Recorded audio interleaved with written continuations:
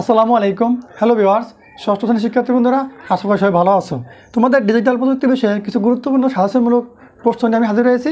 আজকে এই প্রশ্নগুলো তোমাদেরকে বুঝিয়ে দিব, এগুলো পরীক্ষা আসবে, সুন্দর করে বুঝে তারপর পড়ালেখা করো, ঠিক আছে? তাহলে চলো আমরা প্রশ্নগুলো বুঝে নিই। দেখো তোমাদের বইয়ের পৃষ্ঠা নং, এই প্রশ্নগুলো তোমাদের মেইন বই থেকে আসবে, কারণ তোমাদের অনুশীলনমূলক কোনো প্রশ্ন নাই। তাহলে কোন পৃষ্ঠা কোন প্রশ্নটা পড়বা, কোন প্রশ্নটা পরীক্ষা আসবে আমি একটু ভালো করে তোমাদেরকে বুঝিয়ে দেই, তোমরা সুন্দর করে বুঝে নোট করে তারপরে প্র্যাকটিস করো। দেখো আমি সংক্ষেপে বলবো, তোমাদের মেইন বইতে 11 পৃষ্ঠা এবং 12 পৃষ্ঠায় কিছু আলোচনা আছে, সেখান থেকে প্রশ্ন আসবে। তোমরা মনোযোগ সহকারে শুরু থেকে পর্যন্ত ভালো করে রিডিং পড়বে কয়েকবার, ঠিক আছে? 16 পৃষ্ঠায় কী আছে? ওই যে কন্টেন্ট এবং দল, লক্ষ্য দল, টার্গেট এবং গ্রুপ, এই বিষয়গুলো নিয়ে এনে একটা কিছু প্রশ্ন আছে। গ্রুপে কীভাবে আলোচনা করতে হবে, তোমরা এই 16 পৃষ্ঠার এই যে শখটা ভালোভাবে পড়বে, ঠিক আছে? তারপরে এই যে 18 পৃষ্ঠায় আসো। 18 পৃষ্ঠায় দেখো কী আছে, আমরা যে ধরনের কন্টেন্ট বানাতে পারি বলে ভাবছি। নিচে একটা শখ আছে 18 পৃষ্ঠার, এই শখটা ভালোভাবে ফিল আপ করবো, মানে কি কয়েকবার ভালো করে পড়লে কীভাবে আসছে পেয়ে যাবা। তারপরে দেখো 19 পৃষ্ঠায় কিছু বলা আছে যে সেশন 3 ডিজিটাল উপহার তৈরির পরিকল্পনা, কীভাবে ডিজিটাল উপহার তৈরি করতে হয়, ঠিক আছে? এটা ভালোভাবে পড়বা।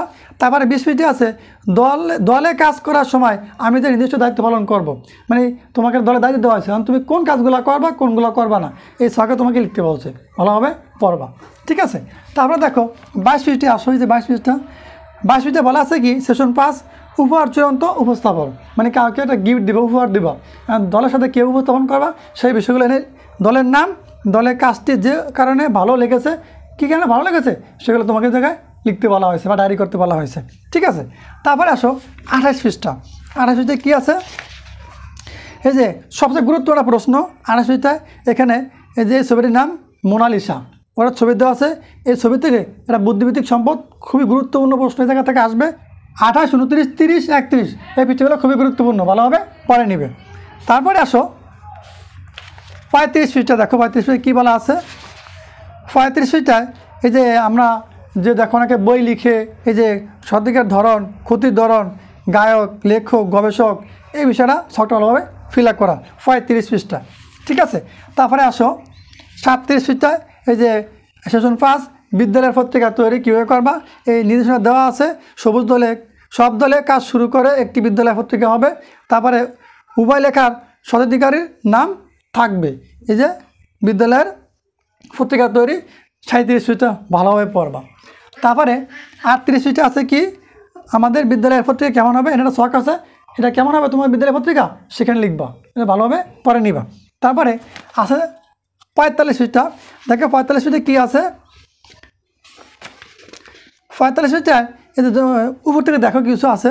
জরিপের সময় আমরা যে প্রশ্নগুলো বিবেচনায় লিখেছিলাম সেগুলো ছিল এই যে কীভাবে তথ্য আদান প্রদান ঝুঁকিপূর্ণ হতে পারে, কোন ধরনের ব্যক্তিগত তথ্য ঝুঁকিপূর্ণ হতে পারে, তথ্য আদান প্রদান ঝুঁকিপূর্ণ হলে কী কী ক্ষতি হতে পারে। এই যে 3টা প্রশ্ন আছে, খুবই গুরুত্বপূর্ণ, 100% কমন প্রশ্ন। তোমরা এই 45 পৃষ্ঠায় 3টা প্রশ্ন ভালোভাবে পড়ে নিবে, ঠিক আছে? তারপরে দেখো 47 পৃষ্ঠায় কী আছে? 47 পৃষ্ঠায় সেশন 5 আগের সেশনগুলো থেকে প্রাপ্ত তথ্যগুলো শ্রেণীকরণ করো।